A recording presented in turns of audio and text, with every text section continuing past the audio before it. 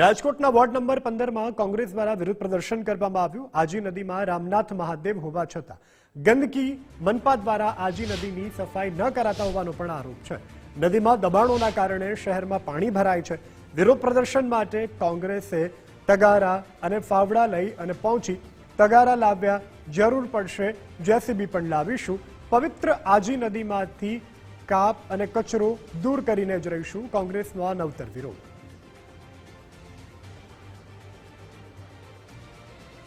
ખાસ કરીને કારણ એ છે કે હાલની નદીની સફાઈ કરવામાં આવતી નથી। એટલે આજ અમે તગારા પાવડા લઈને અમારા કાર્યકર્તા સાથે સફાઈ કરવા આવ્યા છીએ। જો આ તગારા પાવડાથી સફાઈ અમે આજે કરી છે તોય તંત્ર નહીં જાગે તો કાલ સવારે અમે જેસીબી લઈ અને આની સફાઈ કરવા આવશે। કેમ કે અહીંયા રામનાથ મહાદેવ બિરાજમાન છે।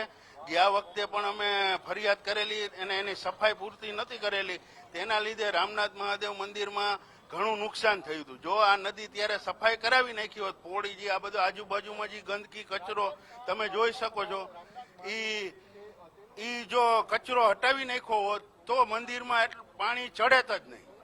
આજી ડેમથી ચાલુ થાય છે। આમ તો આજી નદી સરદારથી ચાલુ થાય છે, પણ આજી નદીમાં જે કચરો એટલી પ્રમાણમાં છે કે રામનાથ મહાદેવનું મંદિર આવેલું છે, ત્યાં રામનાથ મહાદેવના મંદિરમાં જે ભરાવો થાય છે, ત્યાં આ જે સફાઈ અભિયાન ચલાવી રહી છે, જે ભાજપના હોદ્દેદારો તેમજ કોર્પોરેશનના અધિકારીઓ દ્વારા સફાઈ અભિયાન ચાલી રહ્યું છે, તે તમને અહીંયા નજરે જોવા મળી રહ્યું છે કે કેવું સફાઈ અભિયાન થાય છે। જ્યાં સાફ હોય છે ત્યાં સફાઈ થઈ રહી છે।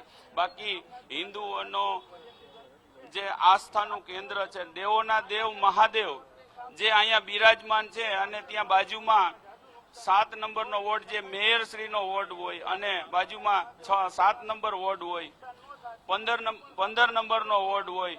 હવે અહીંયા સફાઈ ન થતી હોય તો આ લોકો મંદિરના નામે મત ન માગવા જોઈએ।